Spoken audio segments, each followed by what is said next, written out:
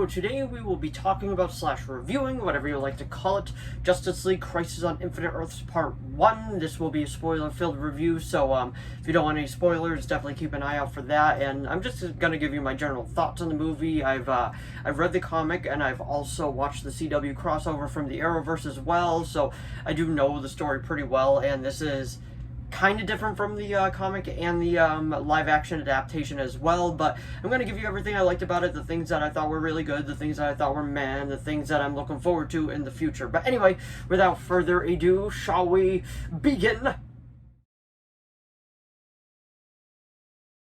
So I did actually do a unboxing video for this already, so if that's something you're interested in, take a look on my channel for that. This is just gonna be a review video for it, and there will be spoilers mixed in as well. But anyway, Justice League Crisis on Infinite Earths Part 1. This does tie into the Tomorrowverse, which is the bigger verse of films that they've made so far. It started off with Superman Man of Tomorrow, that's why it's called the Tomorrowverse, and it's ending with Crisis on Infinite Earths Part 3, and it has just been announced that Kevin Conroy will be voicing a Batman within Part 2 or Part 3, or maybe both, so that's very exciting to finally get to, well, not finally, but to get to hear his voice one last time. It's going to be it's going to be awesome, and it's like one last gift that he gave the fans before his passing. But anyway, this is Crisis on Infinite Earths Part 1.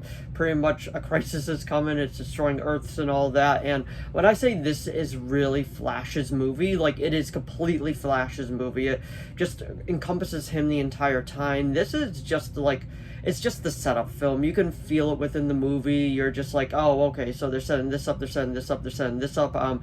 They do bring back Darren Criss's Superman and Jensen Ackles' Batman, even though they are pretty much like side characters. Lex Luthor is back in it again too, voiced by I believe it's Zachary Quinto, if I pronounce that right. He's not a bad Lex, but there are, like, at the beginning of this movie, it's very confusing because it feels very disjointed up until like the second half of the movie, where things do start to come together, and that's honestly when I do start enjoying the movie a bit more.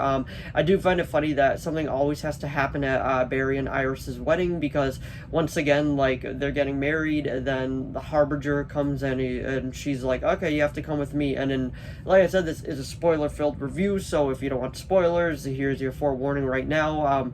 We find out that Harbinger is Supergirl, and we met Supergirl in Legion of Superheroes, so you can see how everything is kind of coming together, and the Monitor is just like, he just gave them all, like, collecting them all together, and he's like, there's a threat coming. And I gotta say, my favorite part of the movie is definitely when they were throwing all the cameos in together, like, just having the entire, like, expansive DC universe just in every which way. The question came up, and he's like, well, maybe I have a few questions for you.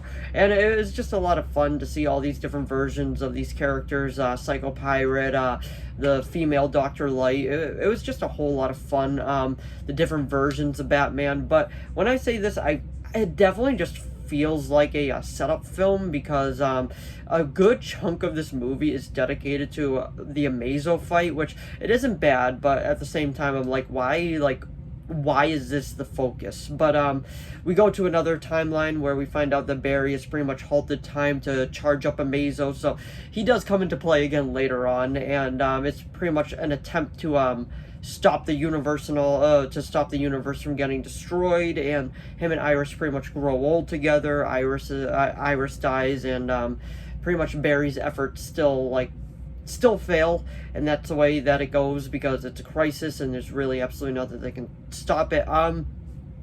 Overall, though, it was cool to see Green Arrow in it as well, but I gotta give this movie, probably, personally, I'd give it like a 7. Like, I didn't think it was awesome, but I did enjoy it. Like, just being the DC fan that I am, like, I knew I was gonna enjoy it, but I didn't know how much I was gonna enjoy it, because, just, like, for disclosure, I do enjoy Batman or Robin. I have to be in the right mood for it, but I do enjoy that movie.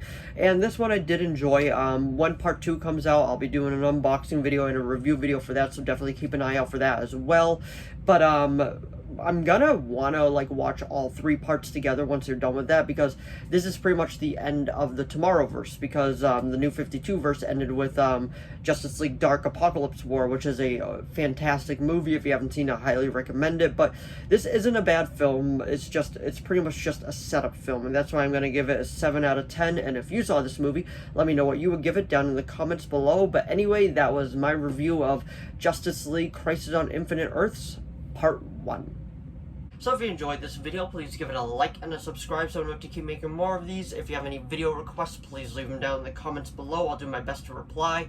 As of now, I have a few video requests and those are being made, but if you do have any others, just let me know. As long as it's within my capability of making it, I will be making it. And if you saw Justice League Crisis on Infinite Earths Part 1, let me know what you thought of it down in the comments below. And does this one make you excited for Parts 2 and Part 3, or does it just make you go, I guess I'll watch them? Because I'm kind of curious to see what other people are like kind of getting out of this universe, because honestly the Tomorrowverse wasn't bad, but I don't think it was great either. The highlight for me was definitely Batman The Long Halloween Part 1 and Part 2. But let me know what your highlight was as well. But anyway, thanks for watching as always, and I'll see all of you in the next video. Bye.